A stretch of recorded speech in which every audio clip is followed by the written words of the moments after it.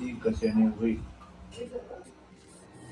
मोदी सत्तेवर आल्यानंतर ते म्हणाले कर्ज माफ करण्यापेक्षा कर्जबाजारीच होऊ नये यासाठी काहीतरी योजना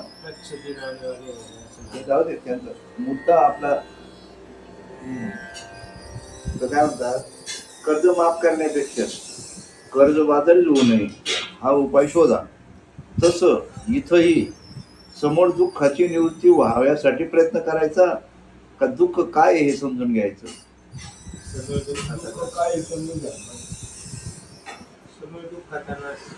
आपण अगोदर काय माहित पाहिजे, काय दुःख हे माहित पाहिजे ना. काय दुःख हे जर माहित नाही आणि तुम्ही समोर दुःखाची निवृत्ती करायला निघाले, डॉक्टरकडे गेल्यानंतर तो अगोदर निदान काढतो, म्हणून तो अगोदर रक्त आणि लघवी तपासायला लावतो. रक्त लघवी तपास अगोदर सर्व काय करतो आणि मग निदान ठरवतो ना. मग इथं माऊली ज्ञानेश्वर महाराज, तुम्ही ज्ञानेश्वर वाचले आहे का नाही काही कोणाच ठाऊक. काय त्यांनी निदान काढलेले, आत्मा हेच निदान काढलेलं त्यांनी. मग आता सांगा तुम्ही, आता आपल्याला समोर दुःखाची निवृत्ती जर करायची असेल, अगोदर दुःख काय आहे ते माहित पाहिजे. दुःखाचं कारण काय आहे बरं, मूळ दुःखाचं कारण अभंग सांगितलं त्यांनी. जन्माला आलो हेच दुःखाचं कारण आहे, जन्माला येणं हेच दुःख. मी बाबांना विचारलं, बाबा जन्माला येणं दुःखाचं कारण आहे, पण जन्म कशामुळे. त्यांनी सांगितलं जन्म घेणे लागेल वासना सांगितलं. म्हटलं मग बाबा वासना कशाने जाईल. ते म्हणे संत चरणला लागत असं होतं वासनेचे बीज. मग आता तुम्ही आपल्याला जर वासना जाळायची असेल, पुन्हा जन्माला येऊ नये असं वाटत असेल, समोर दुःखाची निवृत्ती व्हावी असं वाटत असेल, तर अगोदर तुम्हाला वासना कशाने जाईल. त्यांनी सांगितलं संत चरण रज सहज जरी लागला तरी वासना जळून जाते. मग आता तुम्ही आपल्याला ते संतांचे चरण शोधायला पाहिजे ना. शोधले का. काय नाही चालू आहे आंधळ जर कुत्र बीड खात तर आजार बरा व्हावा असं वाटतंय, पण दवाखान्यात जायचं नाही. वासना जावं असं वाटतंय आणि संतांचे चरण रज सेवन करायला नको का. मग संत चरण रज म्हणजे नेमकं काय बुवा. मी बाबांना विचारलं म्हणून, बाबा मग आता आम्ही संत चरण रज आम्हाला लागलं नाही का, आम्ही तुमच्या पाया पडलो नाही का, आम्ही संतांच्या पाया पडलो नाही का. बाबा म्हणाले, भाऊ ये नाही यांच्या तिथं कीर्तन केलं तुम्ही. विटेवरी ज्याची पाऊले समान तोच एक दान सुर जाता, असा अभंग घेतला होता. तुम्ही मार्केट नव्हते तेव्हा का होते कोणाच होते. बाकीचे महाराजांचे सर्व शिट्टी गुल झाली होती आपलं ते कीर्तन ऐकून. तिथं गणपती मंदिरात तिथं आजही तुम्ही असे आम्हाला किती दिवस करणार हो. हा देव उपास धर, तो उपास धर, हे कर ते कर. समूळ दुःखाची निवृत्ती एक गाव दोन तुकडे. दिले तिला त्याने कुळ रूप नामाशी देह ज्याचा त्याचा संघट पेला. पण हे सर्वांचा खेळ जर म्हणायचा असेल तर मी बाबांना विचारलं संत चरणरज लागत असं होतं. भाऊ म्हणे संतांचं चरणरज म्हणजे हे नाही, विटेवरी ज्याची पावले समान आणि तोच एक दान सोडून जातात. मग आता वीट म्हणजे काय. येस, चांगला बारीक विचार करून पाहिलं तर बाबाचा शब्दच तो आहे. विचार चांगला बारीक विचार करून पाहिलं तर समजून देणं अवघड नाही, समजून घेणं अवघड नाही. फक्त समजून देणारा आणि समजून घेणारा यांचा दुवा निर्माण व्हायला पाहिजे, यांचा दुवा निर्माण व्हायला पाहिजे. किती लोकांना गरज आहे बरं हा विषय समजून घेणे. नाही सगळ्या शिवरांचे साधू सप्त साधू होता. सावता महाराजांच्या मूर्ती प्राण प्रतिष्ठेचा 18व्या वर्षाचा वर्धापन दिला. सुशिवस्ती गरीब लोक दगड खाणी फोडतात, कामाला जातात. काही ठराविक लोक तरी डोंगर घेतलेले लग्न विकतात, चोरा करून खरी करतात. 4.5 लाख रुपये वर्गणी जमा झाली. किती? 7 दिवसात 4.5 लाख रुपये वर्गणी जमा झाली. तर साधारणपणे 3.5 लाख रुपये खर्च झाला. रोज जेवण कीर्तनाला लोक येते, कीर्तन झालं, जेवण झाले की मग झोप विश्रांती, पाठ काकडा, सकाळी ज्ञानेश्वरी पारायण, विष्णू सहस्रनाम, काय असेल ते मोकळं मैदानात असं वावरात. एका वावरात शेतात वाघाच्या कडाला मंदिर आहे सावता महाराजांचं. तर ते वारी समाजाचं देव आहे.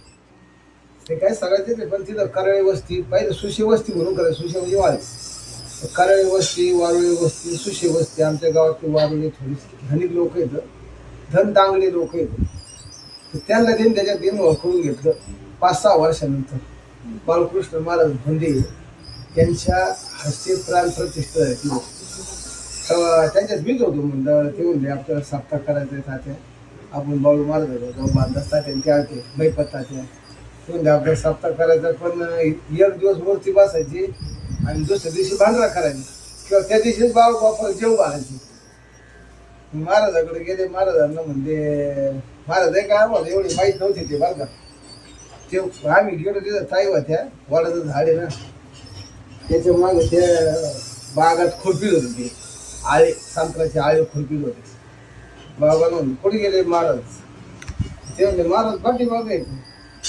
आमच्या संग काही लोक होते का दुसरे, सायकल गेलो ना, एका सायकल दोघं एका सायकल दोघं.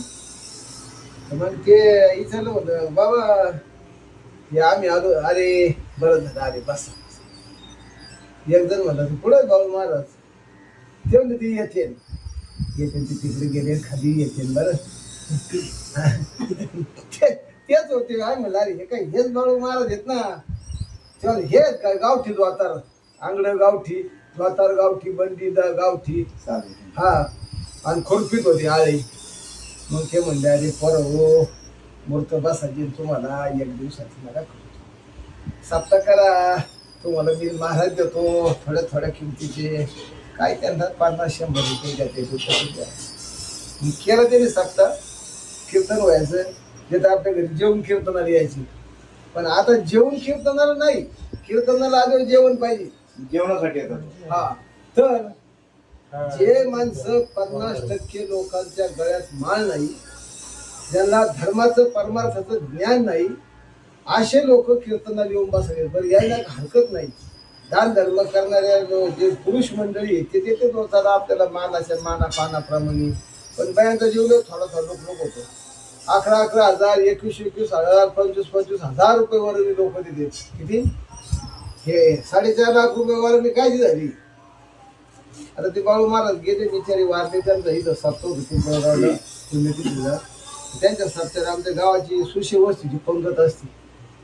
सुशी माळी समाजाचे लोक आहेत का, ती कालीची पंगत जेवढी लागत तेवढी आमच्या सुशी काही गवळी लोक आहेत. तर त्या सप्त्याचं आम्हाला सांगायचा मतदार्थ एवढं झाला की कीर्तनानंतर महाप्रसाद असतो 7 दिवस.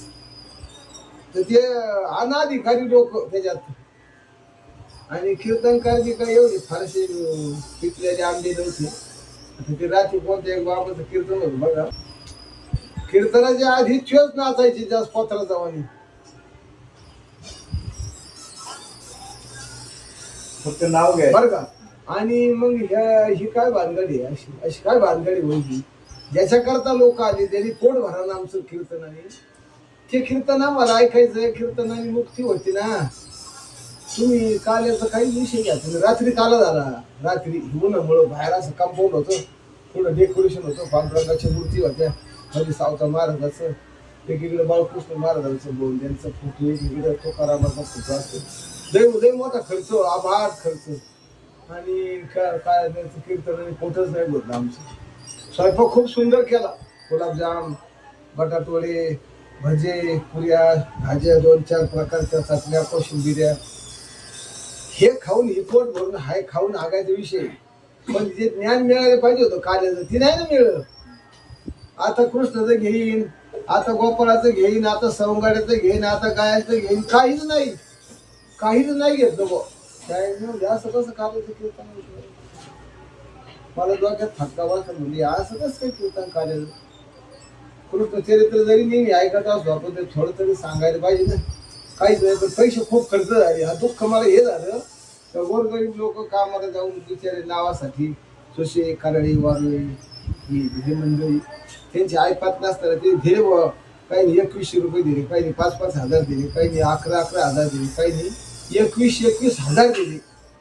मग इथे वस्तीचा सप्ताह होता, छोट्या गावाचा नव्हता. मग हे 4.5 लाख रुपये वर्गणी गोळा झाली ना. तर असे पैसे गोळा होतात, लोक देतात, पण त्याचं मूल्यमापन फक्त खाण्यापुरतं नको.